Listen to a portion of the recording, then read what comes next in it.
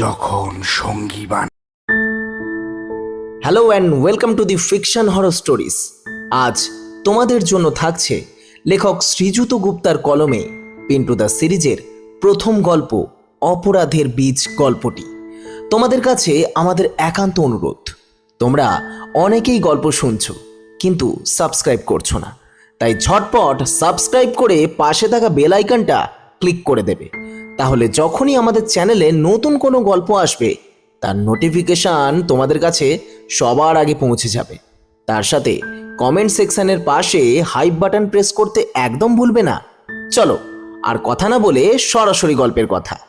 আজকের গল্পে কথকের ভূমিকায় থাকছে অচ্যুতা, গল্পের সূত্রধর আমি তনয় ঘোষ। তাহলে শুনতে থাকো আমাদের আজকের বিশেষ নিবেদন লেখক শ্রীযুত গুপ্তার কলমে অপরাধের বীজ গল্পটি। আজকের গল্পের প্রশ্ন, যে কুকুরটিকে কেন্দ্র করে এই গল্প শুরু তার নাম কি ছিল? আরেকবার বলছি, যে কুকুরটিকে কেন্দ্র করে এই গল্প শুরু তার নাম কি ছিল? এই প্রশ্নের সঠিক উত্তরদাতাদের নাম আমরা পরবর্তী গল্পের প্রথমে ও শেষে ঘোষণা করব। তাহলে আর দেরি কিসের, ঝটপট কমেন্ট করে জানিয়ে দাও সঠিক উত্তর। আমরা তোমাদের কমেন্ট সব সময় দেখি।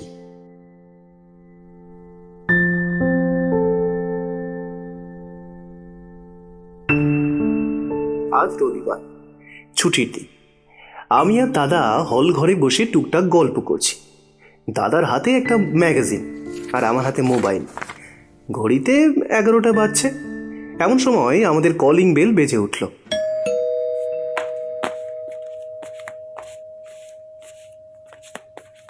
আমি গিয়ে দরজা খুলতে দেখলাম দুজন দাঁড়িয়ে, একটি মেয়ে আর একটি ছেলে। মেয়েটির বয়স আন্দাজ 30-এর মধ্যেই হবে।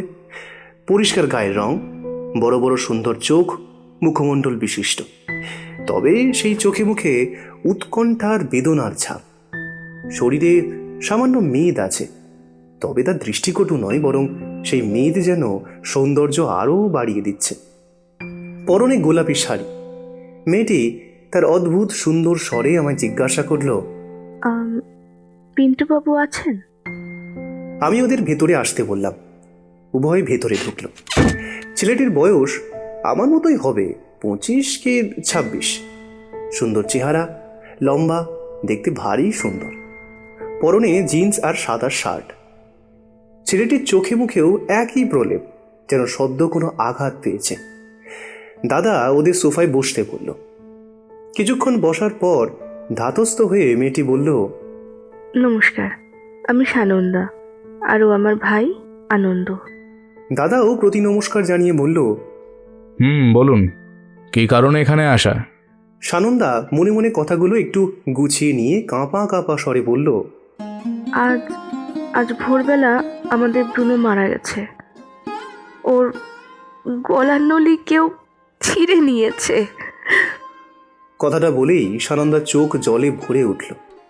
কান্না চাপার অসীম চেষ্টায় তার ফর্সা মুখ টকটকে লাল হয়ে উঠল। দাদা গভীরভাবে সানন্দাকে দেখতে থাকল। তারপর সোফা ছেড়ে উঠে জলের ফিল্টারের দিকে যেতে যেতেই আনন্দকে বলল, আপনি বলুন না, আপনার দিদি নিজেকে একটু সামলে নিক্ষণ। 2 গ্লাস জল নিয়ে দাদা ওদের সামনে রাখল। কেউ জল স্পর্শও করল না। আনন্দ বলতে শুরু করলো, ব্রুনো আমাদের কুকুর।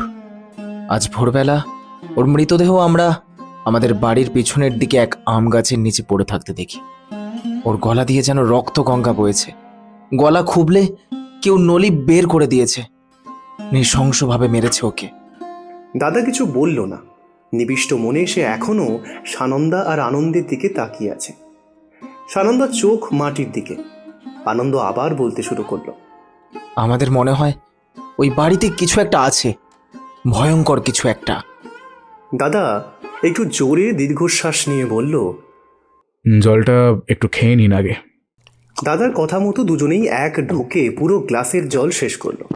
তারপর ধীরে ধীরে মাটি থেকে চোখ তুলে সানন্দা বলল,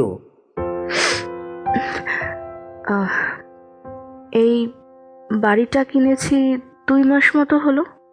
বেশ পুরনো বাড়ি। পুরনো মানে ইংরেজ আমলের। সিথির মোড় থেকে 5-6 কিলোমিটার ভেতরে। এর আগে আমরা থাকতাম পাঁশকুড়াতে। ওখানে জমি বাড়ি ভালোই ছিল, কিন্তু আমাদের কাজকর্ম তো সব কলকাতায়, আর বাবা মা দুজনেরই বয়স হয়েছে, তাই সুবিধার কথা ভেবে আমরা কলকাতায় পুরোপুরি শিফট করি। পাঁশকুড়া জমি জমা সব বেচে দেই এবং আমি আর ভাই মিলে ব্যাংক থেকে লোন নিয়ে বাড়িটা কিনি। বাড়িটা পুরনো হলেও কিন্তু সামনের দিকটা একদম মজবুত। সম্প্রতি সারিয়েছিলেন বাড়ির আগের মালিকরা। অনলাইনে দেখে পছন্দ হয়ে যাওয়ায় কিনে ফেলি। বাড়ির মালিকের নাম ছিল ভূপেন্দ্রনাথ। তিনি সম্প্রতি মারা গেছেন। তার ছেলে সোমনাথ বেঙ্গালুরুতে থাকতেন। বাবা মারা যাওয়ার পর কলকাতায় এসে সেই বাড়ি বিক্রি করে মাকে নিয়ে আবার বেঙ্গালুরু ফিরে যান। বিগত কয়েক শতক ধরেই তারা বংশ পরম্পরায় ওই বাড়িতেই থেকেছেন যতদূর জানি। এত সুন্দর বাড়িটা বেশ রিজনেবল দামেই পেয়ে যেন হাতে স্বর্গ পেয়ে যায়, কিন্তু তখন কি আর জানতাম যে এই বাড়িটা অভিশপ্ত কিছু আছে? জানলে তো কিনতামই না, আর আমাদের ব্রুনোকেও হারাতে হতো না। আবার সানন্দা ফুঁপিয়ে কেঁদে উঠল। দাদা সোফা ছেড়ে উঠলেন, তারপর নিজের ঘর থেকে কয়েকটা টিস্যু পেপার এনে সানন্দার হাতে দিল। চোখের জল মুছতে মুছতে সানন্দা আবার বলতে লাগলেন, বাড়িটায় অদ্ভুত ঘটনাগুলো শুরু হয় আমাদের ওখানে শিফট করার ঠিক পরের দিন থেকেই।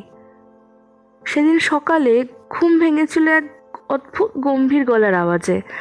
বাইরে গিয়ে দেখি এক সাধু বাবা গেটের সামনে দাঁড়িয়ে। সবাই তখনও সবে ঘুম থেকে উঠেছি। সাধু বাবাটি সবাইকে অদ্ভুত সব কথা বললেন। তিনি বললেন,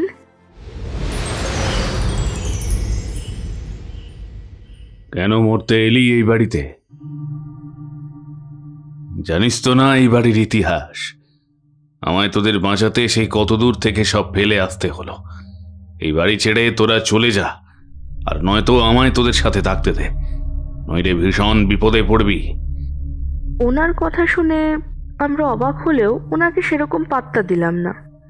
বাবা মা আর পারুল একটু ভয় পেলেও আমি আর ভাই বিষয়টাকে বিশেষ গুরুত্ব দিলাম না। এক মিনিট, পারুলকে? পারুল আমাদের সাথেই থাকে, বাড়ির যাবতীয় কাজ ওই করে। পাঁশকুড়াতে থাকাকালীন ওরা আমাদের ভাড়াটে ছিল, কিন্তু বছর 10 আগে এক বাস দুর্ঘটনায় পারুলের বাবা মা দুজনেই মারা যান। তখন থেকেই ও আমাদের কাছে। ওর এখন বয়স 20 মতো হবে। বেশ, বুঝলাম। তা বলছি, তারপর কি করলেন? সেই সাধু বাবাকে কি থাকতে দিলেন? না, থাকতে দেইনি। চিনি না, জানি না, সবে নতুন এসেছি ওখানে, তাই ওনাকে বেশ সন্দেহের চোখে দেখেই আমরা বাড়িতে আর ঢুকতে দেইনি। উনি ঢুকতে যাচ্ছিলেন, কিন্তু আমার ভাই ওকে খানিকটা জোর করেই মেন গেট থেকে সরিয়ে দেয়। এতে কিন্তু সেই সাধু বাবা ভীষণ অপমানিত হন। ওর মুখ দেখে আমি বুঝতে পেরেছিলাম, কিন্তু তারপর তিনি হঠাৎ করুণ স্বরেই বললেন, তোদের ভালোর জন্যই এসেছিলাম রে। তারপর উনি চলে যান। আমি এইসব সাধু সন্ন্যাসী বা ভণ্ড জিনিসপত্রে বিশ্বাস করতাম না। আমার কোনো কিছুতেই কোনো ভয় ছিল না, কিন্তু এখন মনে হয় সেই সাধু বাবাকে ফিরিয়ে দিয়ে ভালো করিনি, কারণ তারপর থেকেই একের পর এক অবিশ্বাস্য ঘটনা ঘটতে থাকে। আমি অলৌকিক কিছুতে বিশ্বাস করতাম না কখনোই, কিন্তু যা যা ঘটছে আমাদের সাথে, তাতে আমার বিশ্বাসে এখন দোটানা দেখা দিয়েছে। দাদা একটু নড়ে চড়ে বসল। ওর মুখ দেখে বুঝলাম ও বেশ ইন্টারেস্ট পেয়েছে। দাদা জিজ্ঞেস করলো, কি কি ঘটনা ঘটলো তারপর থেকে? সাধু বাবা যাওয়ার পর আমার মা আমায় অনেক বকাঝকা করলেন। কেন এভাবে ওনাকে তাড়িয়ে দিলাম?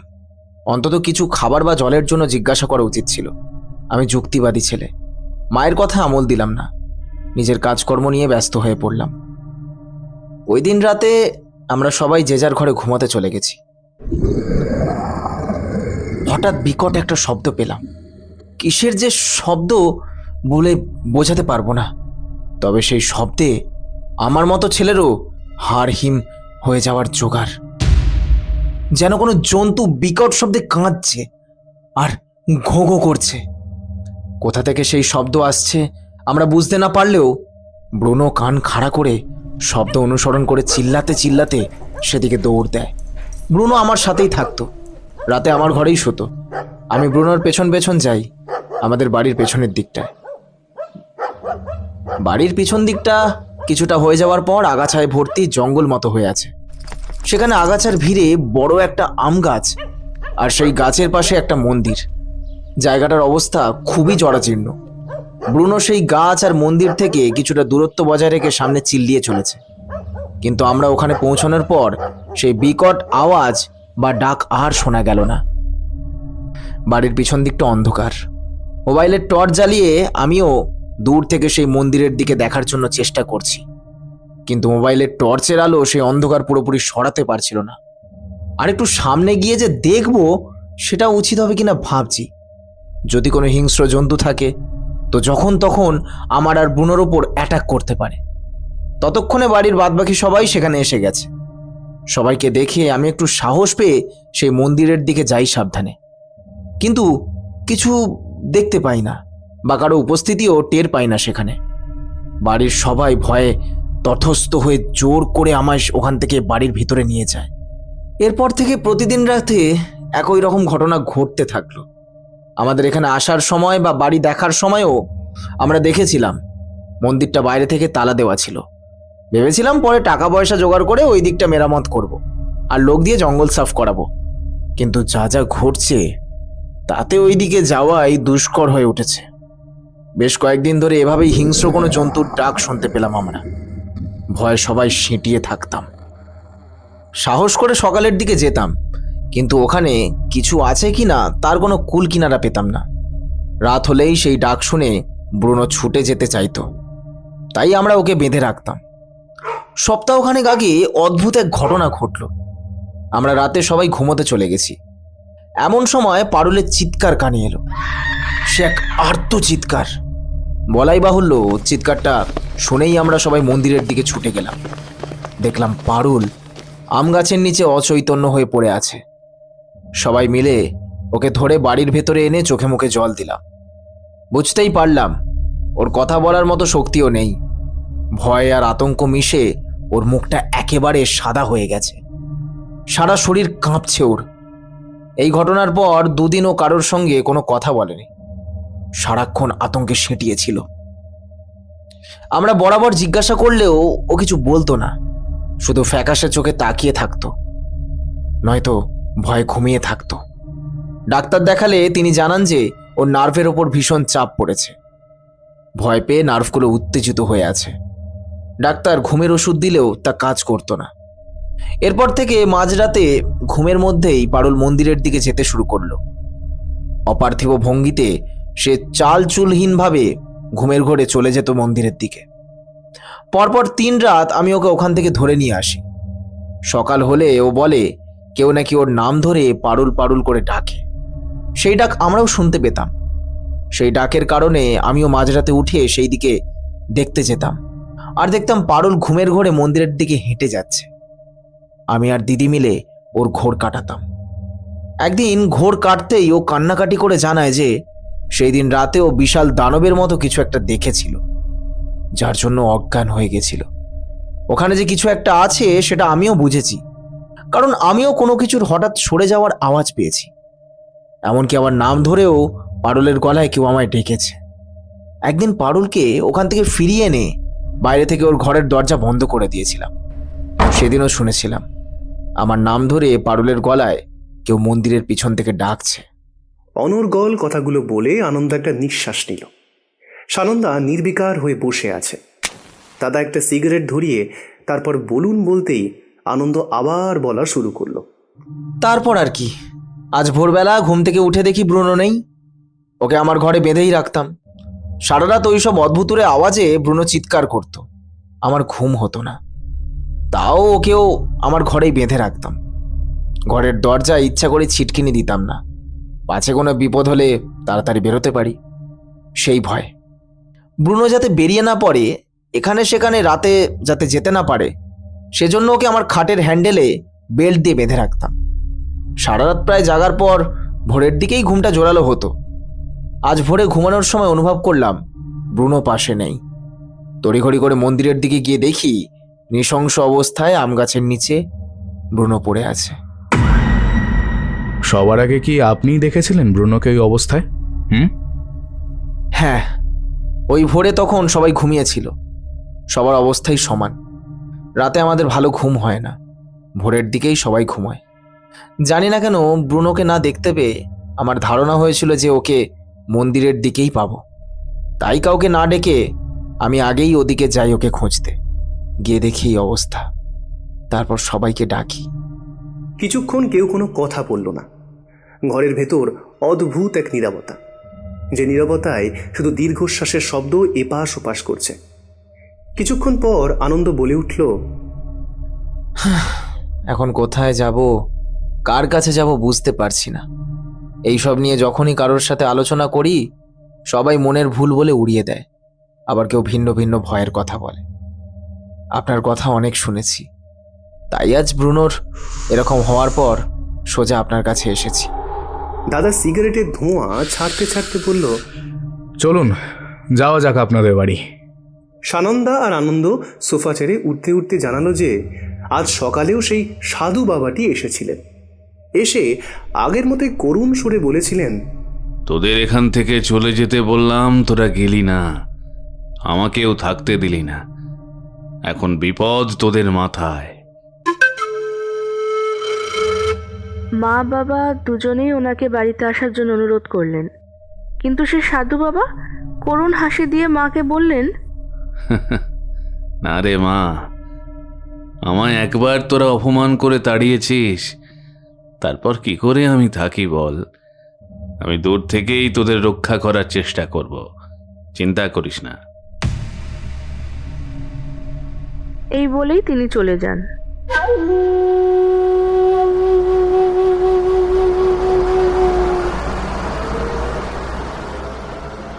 সিঁথির মোড়ে যাওয়ার জন্য আমরা ট্যাক্সি নিলাম। ট্যাক্সিতে উঠে দাদার প্রশ্নে জানতে পারলাম আনন্দ সল্ট লেকে একটা আইটি কোম্পানিতে কাজ করে, আর সানন্দা সিঁথির মোড়ের কাছেই এক প্রোডাকশন হাউসে সাউন্ড ওভার আর্টিস্ট। দুজনেরই মাইনেপত্র বেশ ভালো এবং দুজনেই বেশ উঁচু পোস্টে কর্মরত। আমরা যখন নির্দিষ্ট জায়গায় পৌঁছালাম তখন দুপুর 3টে। জায়গাটা ভীষণ রকম ফাঁকা ফাঁকা, আশেপাশের বাড়িগুলো বেশ পুরনো। এই বাড়িটার মেন গেট বেশ চওড়া, লোহার, সদ্য রং হলেও মোর্চেগুলো এদিক সেদিক থেকে উঁকি দিচ্ছে। গেটটা লম্বা নয়, অনায়াসে যে কেউ ডিঙিয়ে এপার থেকে ওপার হয়ে যেতে পারবে। মেন গেট থেকে ভেতরে বেশ খানিকটা ফাঁকা জমি, তারপর কিছুটা হেঁটে গেলে সেই বাড়ি। দোতলা বাড়ি, বেশ পুরনো হলেও সদ্য রং করে কিছুটা নতুন দেখানোর চেষ্টা হয়েছে যেন। বাড়ির দুপাশ দিয়ে যে জায়গা সেটা দিয়ে বাড়ির পেছন দিকে যাওয়া যায়। আমরা সোজা বাড়ির এক পাশ দিয়ে বাড়ির পেছন দিকটায় গেলাম। পেছন দিকেও সমান ফাঁকা জমি, আর তার কিছুটা হেঁটে গেলে সেই আগাছাময় জায়গা, ঝোপঝাড়ে ভর্তি সেই জায়গায় একটাই মাত্র বড় গাছ, সেই আম গাছ, আর গাছের পাশে একটা মন্দির। মন্দিরটা বেশ বড়ই। এতক্ষণে ওখান থেকে, অর্থাৎ আম গাছের কাছ থেকে ব্রুনোকে সরিয়ে আনা হয়েছে, কিন্তু ওর গলার বেলটা অক্ষত অবস্থায় গাছের নিচে পড়ে, সেটাতে রক্ত শুকিয়ে কালচে হয়ে আছে। ব্রুনো এখন বাড়ির পেছন দিকের একটা রকে শোয়ানো। ব্রুনো ল্যাব্রাডর প্রজাতির কুকুর। বেচারার গলা কেউ খুবলে নিয়েছে। আমি একবার দেখে আর সেদিকে তাকাতে পারলাম না, এতটাই বীভৎস সেই দৃশ্য। ব্রুনোকে ঘিরে দাঁড়িয়ে আছে বাড়ির সবাই। সানন্দা এবং আনন্দের বাবা নড়বড়ে একজন মানুষ, রোগা পাতলা, বয়সের তুলনায় যেন উনি একটু বেশি বুড়ো হয়ে গেছেন, চোখে মুখে ক্লান্তির ছাপ। ওদের মা একটু শক্ত সমর্থ মনে হলো, চেহারা ভারী, চোখে মুখে ভয় আর কান্না মেশানো। পারুলের বয়স এই বাড়িতে সব থেকে কম, রোগা পাতলা, চোখে মুখে আতঙ্ক, সবার থেকে একটু দূরত্ব বজায় রেখে দাঁড়িয়ে আছে, সারা শরীরে একটা শাল জড়ানো। একা বাড়ির ভেতরেও যেতে পারছে না, আবার ব্রুনোর এইরকম ভয়াবহ দৃশ্যের সামনেও আসতে পারছে না। দাদা অনেকক্ষণ ধরে ব্রুনোকে কাছ থেকে দেখল, তারপর সেই আম গাছের দিকে গেল। ঝোপঝাড় ঠেলে যতটা সম্ভব উঁকি ঝুঁকি দেওয়ার চেষ্টা করলো। মন্দিরের কাছে গিয়ে বেশ কিছুক্ষণ সেটা দেখে দাদা আনন্দবাবুকে ডাকলো। আমরাও গেলাম। দাদা মন্দিরের দিকে তাকিয়ে জিজ্ঞেস করলো, মন্দিরটা যতটা পুরনো সেই তুলনায় মন্দিরে দেওয়া তালাটি তো অতটা পুরনো নয় বলেই মনে হচ্ছে। এই তালাটা কি প্রথম থেকেই দেওয়া ছিল মন্দিরে? আনন্দবাবু একটু কাছে গিয়ে দেখে বলল, না, এটা তো অন্য তালা মনে হচ্ছে। আমরা যখন প্রথম এখানে এসেছিলাম তখন দেখেছিলাম একটা জং ধরা তালা ঝুলছে। এটা তো অন্য তালা। আসলে ভয়ের কারণে আমরা এখানে সেইভাবে আসতাম না। আসলেও কতক্ষণে এখান থেকে চলে যাব তাই ভাবতাম, তাই খেয়াল করিনি। আমরা ওখানে আরও কিছুক্ষণ থেকে বাড়ির ভেতর ঢুকলাম। ঠিক করা হলো বাড়ির সামনের জমিতে এক পাশ করে ব্রুনোকে কবর দেওয়া হবে। যদিও দাদা বলেছিল ব্রুনোকে পোস্টমর্টেম করানোর কথা, কিন্তু তাতে বাড়ির কেউ রাজি হয়নি। পোস্টমর্টেমের ঝক্কি নেওয়ার মতো মানসিক অবস্থা কারও নেই। বাড়ির ভেতরটা বেশ সুন্দর, মেরামত করা, পুরনো কোনো ছাপ নেই। দাদা একে একে সবার সাথে কথা বলল। সবাই একই রকম উত্তর দিল। সানন্দা আনন্দের মুখে যা শুনেছি তারই পুনরাবৃত্তি করল সবাই। পারুল বেশি কথা বলতে পারছিল না। ভয় আর আতঙ্কে ওর গলা শুকিয়ে কাঠ হয়ে যাচ্ছে যেন। ক্রমাগত জল খেয়ে চলেছে সে। এরপর ওখানে কিছুক্ষণ থেকে আমরা বেরিয়ে পড়লাম সেই বাড়ির ছেড়ে। ততক্ষণে সূর্য ঢলে পড়েছে। সন্ধ্যা নামার মুখে বাড়িটা বড্ড গা ছমছমে হয়ে আছে। বাড়ি থেকে বেরোনোর সময় দাদা ওদের সবাইকে সাবধানে থাকার জন্য বলে এলো। দাদা বলল, অলৌকিক হোক বা লৌকিক, আমারও মনে হচ্ছে যে আপনাদের এই বাড়িতে বিপদ তো আছে। আর আপনাদের যা মেইন গেটের অবস্থা, তাতে যে কেউ টপকে ভেতরে ঢুকে যেতে পারে। তার উপর মন্দিরের তালা বদলানো, ব্রুনোর হত্যা, এইগুলোর পেছনে কারণ তো নিশ্চয়ই কিছু একটা আছে। বেরোনোর সময় দাদা ওনাদের থেকে এই বাড়ির পুরনো মালিক অর্থাৎ ভূপেন্দ্রনাথের ছেলে সোমনাথের কন্ট্যাক্ট ডিটেলস নিয়ে এলো। আমরা যখন বেরোলাম মনে হলো বাড়িটা যেন হাঁ করে আমাদের দেখছে। কতক্ষণে বেরোবো ভাবছিলাম, সেই বাড়ি থেকে বেরিয়ে ফাঁকা ফাঁকা সব গলিগুলো পার করে যখন একটু বড় রাস্তার দিকে উঠলাম, তখন যেন আমি হাঁফ ছেড়ে বাঁচলাম গাড়ি ঘোড়ার আওয়াজ শুনে। বাড়ি ফেরার জন্য আমরা ট্যাক্সি নিলাম। গাড়িতে উঠে আমি দাদাকে অনেকগুলো প্রশ্ন করলাম। দাদা, কি মনে হচ্ছে গো? ভৌতিক কিছু নাকি মানুষের এই কাণ্ড? জন্তুর আওয়াজ আর পারুলের গলা নকল করে কি ডাকে? পারুল কি দেখে ভয়ে একেবারে চুপসে গেল? আর ব্রুনোকে কি কোনো জন্তু ওইভাবে মারল? জানিস বাবু, ভয় হচ্ছে বড়ই অদ্ভুত একটা জিনিস। একবার মনের মধ্যে, মাথার মধ্যে ভয় ঢুকে গেলে মানুষের ভেতরের যুক্তিগুলো কাজ করা একেবারে বন্ধ করে দেয়। তুই কি জানিস, 1950-এর দশকের একটি বহুল আলোচিত যদিও বিতর্কিত ঘটনা আছে। একজন মৃত্যুদণ্ডপ্রাপ্ত আসামিকে বলা হয় যে তাকে কিং কোবরা দিয়ে কামড়ানো হবে, আর যথারীতি কিং কোবরার ভয় তার মধ্যে ঢুকিয়েও দেওয়া হয়। এরপর লোকটার চোখ বেঁধে হাতে সাপ নয় বরং একটি সেপ্টিপিন ফোটানো হয়। এর ফলাফল কিছুক্ষণ পর লোকটি মারা যায়। বলা হয় যে পোস্টমর্টমে তার রক্তে বিষের মতো প্রতিক্রিয়া দেখা গেছে, কিন্তু বৈজ্ঞানিক ব্যাখ্যা হলো এটি ছিল তীব্র ভয় যা হার্টকে স্তব্ধ করে দিয়েছিল। সাপ তাকে কামড়ায়নি, অথচ সে ভেবে নিয়েছিল যে সূঁচের আঘাতটা হচ্ছে সাপের দাঁত। ভাব তাহলে কত বড় ধোঁকা দিয়েছে এই ভয় নামক অনুভূতিটি। আমি অবাক হয়ে গেলাম।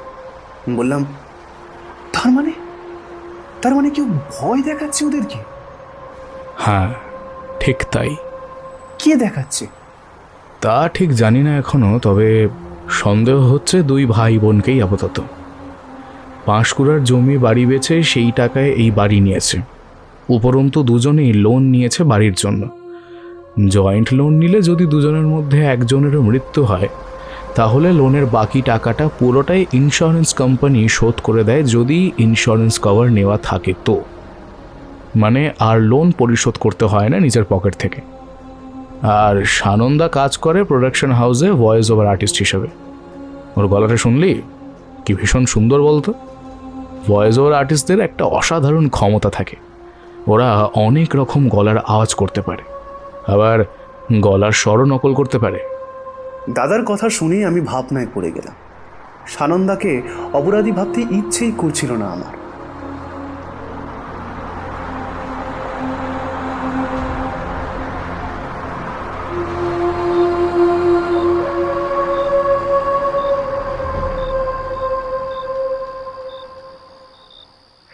সন্ধ্যাবেলা বাড়ি ফিরে দাদা সেই বাড়ির পুরনো মালিক সোমনাথ বাবুকে ফোন করলো এবং ফোনের মাধ্যমে যা জানতে পারলো সেটা আমি বিশদে বলছি। সোমনাথের বাবা ভূপেন্দ্রনাথ বংশ পরম্পরায় এই বাড়িতেই ছিলেন। বাড়িটি ভীষণই পুরনো, প্রায় ইংরেজ আমলের। ভূপেন্দ্রনাথ, তার স্ত্রী অমলা দেবী, সোমনাথ আর ওদের বাড়িতে রতন নামের একজন থাকত। আরও একজন ছিল ভূপেন্দ্রনাথের ভাই অবনীন্দ্রনাথ, অর্থাৎ সোমনাথের কাকা। সেই অবনীন্দ্রনাথ বছর 20 আগে হঠাৎ করে উধাও হয়ে যায়।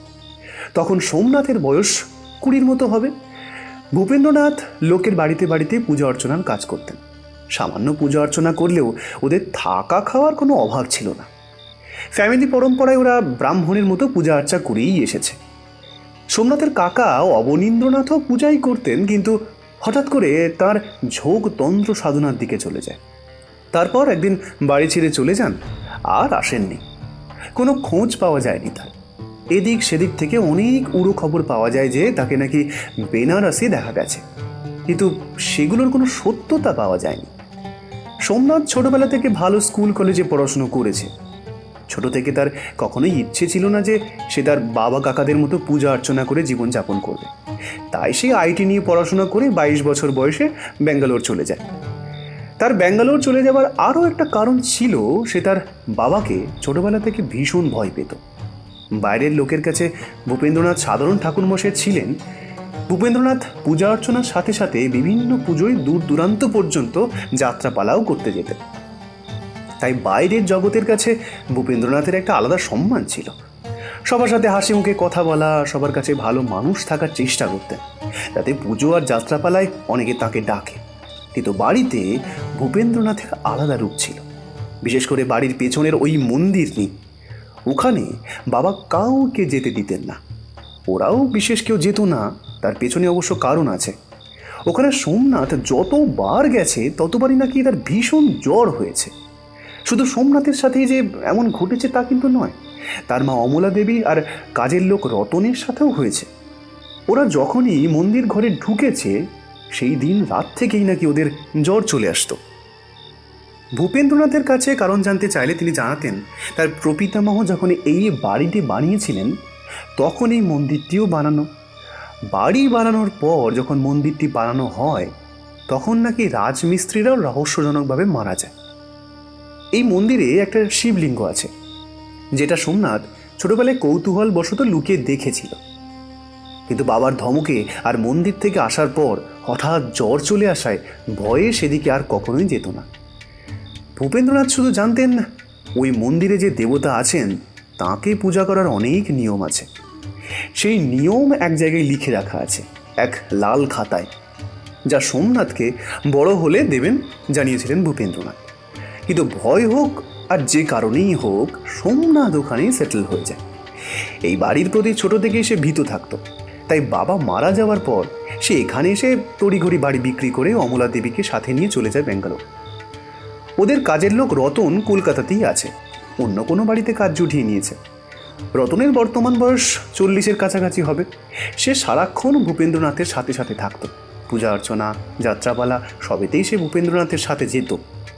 ভূপেন্দ্রনাথের উচ্চ রক্তচাপ আর ডায়াবেটিস ছিল, সেই কারণে রতনকে সাথে রাখতেন। কিন্তু রতনও ভূপেন্দ্রনাথকে বেশ ভয়ই পেত। আর অমলা দেবী আগাগোড়ায় শান্তশিষ্ট স্বভাবের। আরও একটা কথা বলার দরকার, ভূপেন্দ্রনাথ মারা যাওয়ার কয়েকদিন আগে সোমনাথকে ফোনে বলেছিলেন তিনি যদি মারা যান যেন তার পার্সোনাল আলমারি থেকে একটি লাল কাপড়ে মোড়া লাল খাতা বের করে নেওয়া হয়। বহু বছর আগে সেই লাল খাতায় কিছু লিখে রেখেছিলেন ভূপেন্দ্রনাথ। কি লেখা আছে তা বলেননি, শুধু বলেছিলেন তিনি যখন আর এই পৃথিবীতে থাকবেন না তখন যেন সোমনাথ এই খাতাটা নেয় এবং এই বিষয়ে কাউকে কিছু না বলে, এমনকি তার মাকেও না। এটা বাবা ছেলের মধ্যে সিক্রেট। খাতায় যা লেখা আছে সেটা জানলে এবং আবিষ্কার করলে ওদের নাকি আসন্ন 10 প্রজন্ম কোনো কাজ না করলেও দিব্যি খেয়ে বেঁচে থাকবে। ওই লাল খাতায় বিশেষ পুজোর মন্ত্র লেখা আছে। কিন্তু আশ্চর্যের বিষয় হলো, বাবা মারা যাওয়ার পর সোমনাথ বাবার কথা মতো আলমারি খুলে সেই লাল কাপড়ে মোড়া লাল খাতা পেল ঠিকই, কিন্তু সেই পুরো খাতায় একটাও বর্ণ লেখা ছিল না। দাদা ফোন মারফত রতনের ছবি ও মোবাইল নম্বর চাইল এবং সেই লাল খাতাটির ছবিও চাইল সোমনাথের থেকে। কিন্তু পরের দিন যে ভ্রূণ হত্যা অন্যরূপ ধারণ করবে এবং যা ঘটবে তার বিন্দুমাত্র আঁচ করতে পারিনি আমি। পরের দিন অর্থাৎ সোমবার আমার ঘুম ভাঙল বিশ্রী একটা খবরে। ঘুম ভাঙতেই খবর পেলাম পারুল আত্মহত্যা করেছে। ভোরবেলায় আম গাছের ডালে গলায় দড়ি দিয়ে ঝুলন্ত অবস্থায় ওর দেহ ঝুলতে দেখা যায়। আনন্দই ফোন করে খবরটা আমাদের দেয়। আমি আর দাদা তড়ি ঘড়ি করে সিথির মোড়ে রওনা দিই।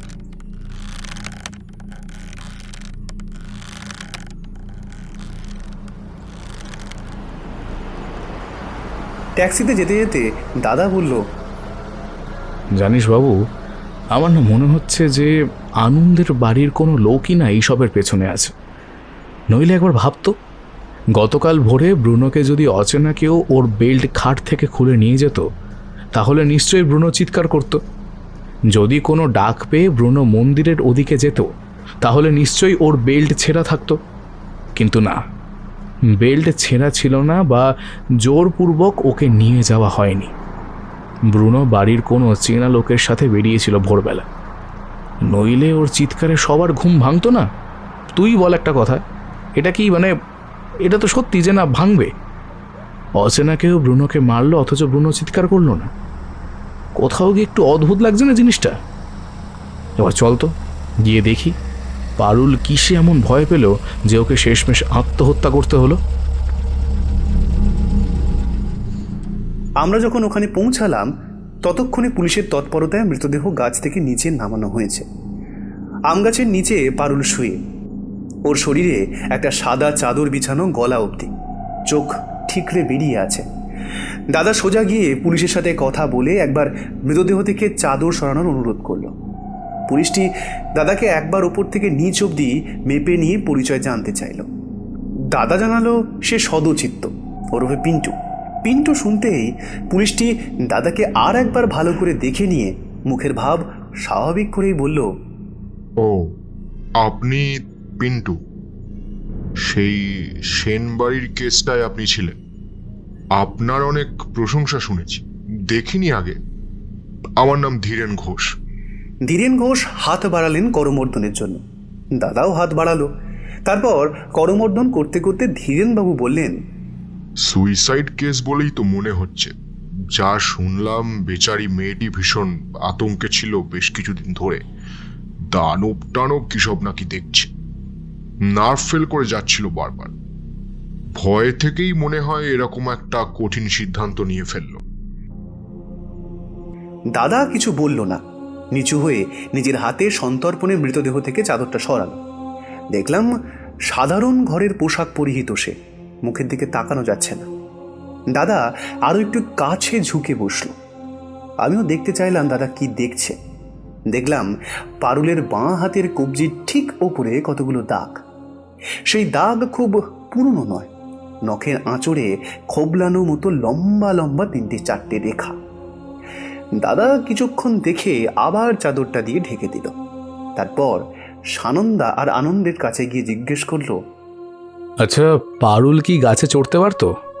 দুজনেই জানালো পারুল গাছে চড়তে পারতো না, কারণ গত বছরে ওরা এক জায়গায় পিকনিকে গিয়েছিল। পারুলও ওদের সাথে ছিল। তখন সবাই গাছে ওঠা উঠি করে মজা করছিল, কিন্তু পারুল অনেক চেষ্টা করেও একটুও উঠতে পারেনি। এ কথা শোনার পর দাদা তৎক্ষণাৎ ধীরেন ঘোষের কাছে গিয়ে জানালো, এটা সুইসাইড নয়, এটা মার্ডার। মৃতদেহ যেন পোস্টমর্টেম করানো হয় এবং সাথে ব্রুনোর মৃতদেহ যেন মাটি খুঁড়ে বের করে পোস্টমর্টেম করানো হয়। আপনার এটাকে খুন বলে মনে হচ্ছে কেন? যে মেয়ে গাছে উঠতে পারে না, সে কিভাবে অত উঁচু ডালে চড়ে গলায় দড়ি দেবে? আর যদি ধরেও নি পারুল নিজেই গাছে উঠেছিল, তাহলে ওর নখে নিশ্চয়ই গাছে ওঠার কারণে গাছের ছাল বা নোংরা একটু হলেও লেগে থাকতো, তাই না? আর ওর হাতে যে আঘাতের চিহ্ন সেটা কবজির ওপরের অংশে। গাছে ওঠার কারণে ছড়ে গেলে আঘাতগুলো কবজির ভেতরের দিকে থাকতো। অতঃপর বিভিন্ন ফর্ম্যালিটি শেষ করার পর পুলিশের তৎপরতায় ব্রুনো আর পারুলকে পোস্টমর্টেমের জন্য নিয়ে যাওয়া হলো।